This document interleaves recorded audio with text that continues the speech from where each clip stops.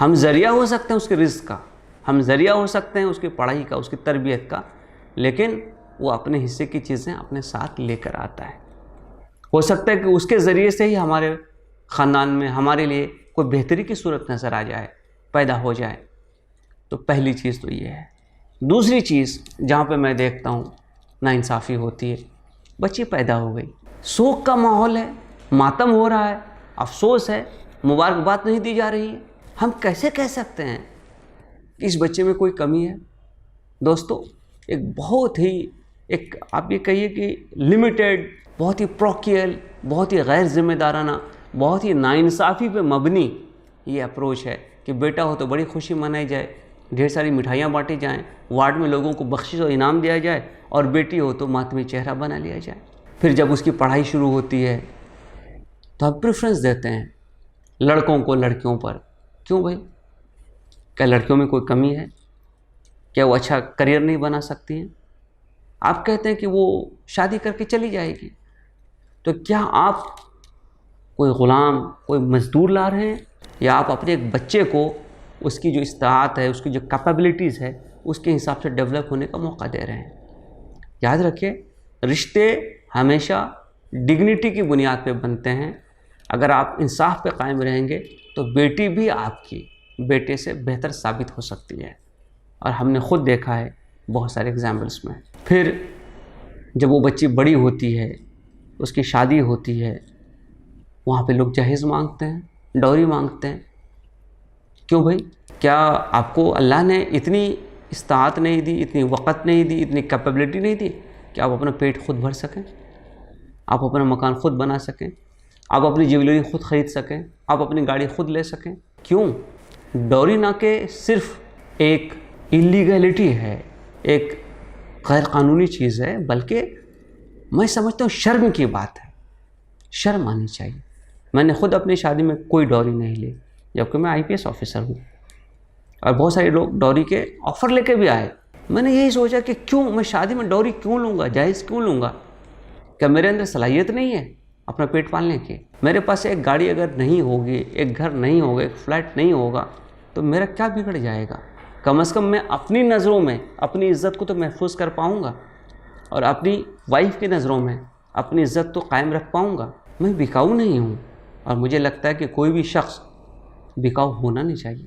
میں نے اپنے آپ کو بیچنا ہے؟ کیا ترازو میں نے اپنے آپ کو تلوانا ہے؟ ایک طرف میں بیٹھوں، ایک طرف سونا، ایک طرف پیسے رکھے جائیں؟ مجھے لگتا ہے کہ کسی بھی مرد کے لیے یہ بہت ڈوب مرنے کا مقام ہے کہ وہ اپنے آپ کو بیچ دے، اور یہ کہے کہ میں اپنے بچے پہ اتنا خرچ کیا ہے۔ تو کیا آپ وہ خرچ لڑکی کے باپ باپ سے وصول کرنا چاہتے ہیں؟ تو کیا آپ ایک انویسٹمنٹ کر رہے تھے اپنے بچے پہ؟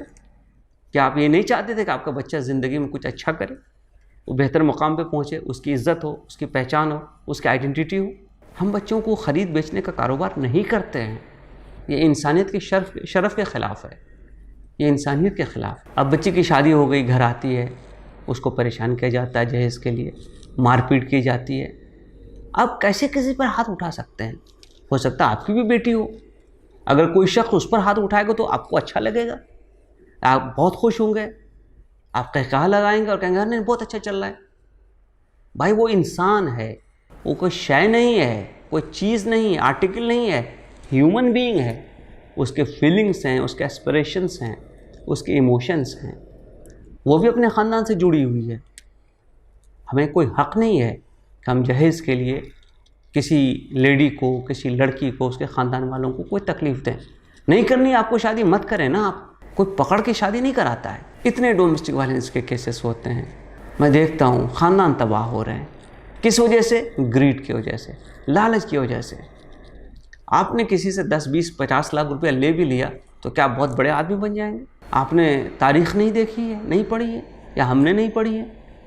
کتنے لوگ جو کہ عرش پہ تھے فرش پر آ گئے، وقت نے کیا کیا ہنسی ستم۔ تو دوستو، ہم کو انسانیت سے اگر نیچے گرنا ہے تو پھر ہمیں جانور بن جانا ہے، اور میں یہ سمجھتا ہوں کہ ہم میں سے کوئی شخص جانور نہیں بننا چاہے گا۔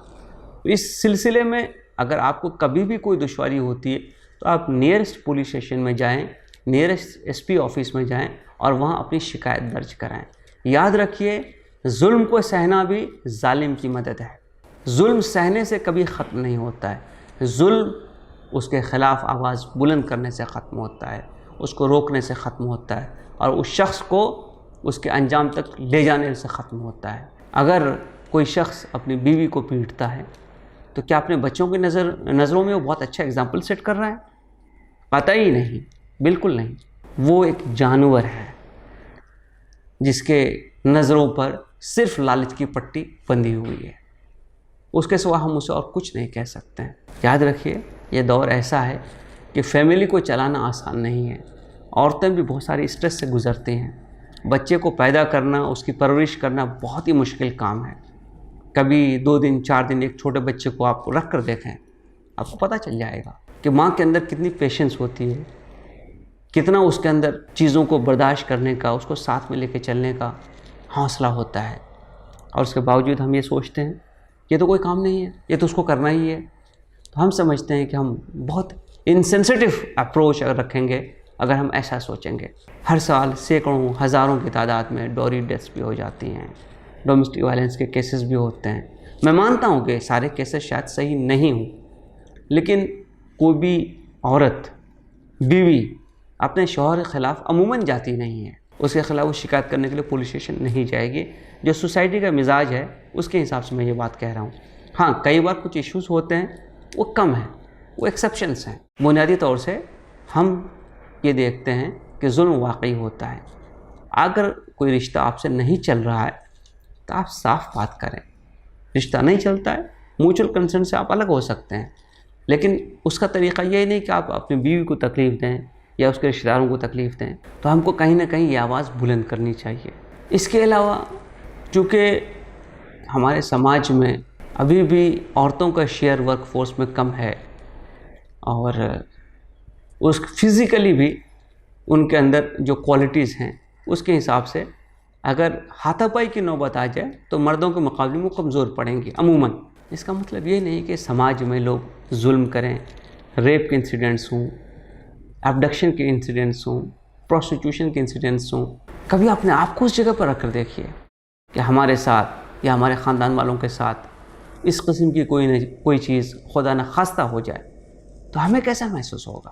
دوستو، یہ وقت ہے، یہ 2021 ہے، بہت سارا وقت گزر چکا ہے، سماج باشعور ہو چکا ہے، سماج میں ڈگنیٹی ایک بیسک ویلیو بن چکی ہے۔ ہمیں سیکھنا پڑے گا اپنے آپ کو بدلنے کے لیے، اپنے اپروچز کو، اپنے ایٹیچیوڈز کو، اپنی سمجھداری کو اس کے حساب سے ڈھالنا پڑے گا۔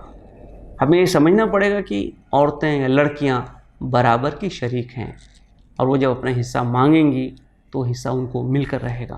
ہمیں کوئی حق نہیں بنتا کہ ہم کسی شخص کی برائی کریں اس کے فزیکل ایٹریبیوٹ پر۔ ہمیں سے بھی ہر شخص بہت حسین نہیں ہوتا ہے، اور کوئی حسین ہو بھی تو ہمیشہ جوان نہیں رہتا ہے۔ عمر ڈھل جاتی ہے، حسن ڈھل جاتا ہے، تمام چیزیں دھیرے دھیرے کر کے کم ہوتی جاتی ہیں، لیکن ہم بہت بار لڑکیوں کو، عورتوں کو سیکس آبجیکٹ دیکھتے ہیں۔ شرم کی بات ہے۔ ہمارے گھر کے لوگوں پر کوئی اگر نگاہ اٹھائے تو ہمیں کیسا محسوس ہوتا ہے؟ تو دوسرے پر نگاہ اٹھانے سے پہلے ہم کو ایک بار تو سوچنا چاہیے نا کہ ہم کیا کر رہے ہیں۔ اور یاد رکھیے کہ جو چیز آپ کریں گے وہی چیز آپ کے بچے بھی سیکھیں گے۔ تو اگر آپ اینیمل انسٹنکٹ کو، جانور بننے کی جو صلاحیت ہے اور جو فن ہے، اسی کو آگے بڑھانا چاہتے ہیں تو پھر آپ کی مرضی ہے، پھر آپ کا فیصلہ ہے، لیکن کہیں نہ کہیں ایک آواز ضرور بلند ہوگی، اور وہ وقت آئے گا جب قانون کے سامنے ہمیں کھڑا ہونا پڑے گا اور ہمیں اپنے عمل کا حساب دینا پڑے گا۔ اور اگر یہاں ہم بچ بھی جائیں تو آخرت میں تو کوئی بچاؤ نہیں ہے، وہاں تو گنجائش ہی نہیں ہے۔ تو کبھی کبھی اس کا بھی خیال ہم کو کر لینا چاہیے، اور کوشش یہ کرنی چاہیے کہ ہم ایک ڈگنیفائڈ، ایک ہارمونیس ریلیشن شپ کو لے کر چلیں، سماج میں برابری کے ویلیو پر لوگوں کے ساتھ بیہیو کریں، انٹریکٹ کریں، اور ہم کسی بھی شخص کو آبجیکٹیفائی کرنے سے احتیاط کریں، اس سے بچیں۔ جیسے ہم کو کوئی آبجیکٹیفائی کرے گا تو ہمیں اچھا نہیں لگے گا، ویسے عورتیں بھی سوچتی ہیں، ویسے لڑکیاں بھی سوچتی ہیں۔ اسی لیے کسی لڑکیوں کے اسکول کے سامنے، لڑکیوں کے کالج کے سامنے یہ تمام منچلے اور منموجی لوگ جو کھڑے ہو جاتے ہیں، ایک لمحہ ان کو رک کے سوچنا چاہیے کہ ان کی بہنیں وہاں سے نکل رہی ہیں، ان کے ساتھ کوئی ایسا کرے گا تو ان کو کیسا فیل ہوگا. وہاں تو ہم بندوق نکال لیتے ہیں, وہاں تو ہم مار پیٹ سے بھی باز نہیں آتے, وہاں تو ہم اپنی عزت کا ایک ایسا بدلہ لیتے ہیں کہ نسلیں یاد رکھتی ہیں. جیسے ہم کو ہماری عزت پیاری ہے ویسے دوسروں کو بھی ان کی عزت پیاری ہے. تو جب تک ہم اس چیز کا احترام کرنا نہیں سیکھیں گے, میں سمجھتا ہوں کہ ہمارا سماج ایک اچھا سماج نہیں بن پائے گا. تو آئیے ہم سب مل کر یہ فیصلہ کریں, یہ پلیج لیں کہ ہم اپنے سماج کو ایک اچھا سماج بنائیں گے, سب کی عزت ہوگی, سب کے ساتھ برابری کا برتاؤ روا رکھا جائے گا, اور کسی بھی شخص کو اس کے سیکس کی بنیاد پر ڈسکرمنیٹ نہیں کیا جائے گا. دوستو, یہی ریلیجن سکھاتا ہے, یہی فلاسفی سکھاتی ہے, یہی تمام اچھی کتابیں سکھاتی ہیں. ہم کب سیکھیں گے؟ ایک لمحہ رک کر ہم کو ضرور اس پر غور کرنا چاہیے. شکریہ.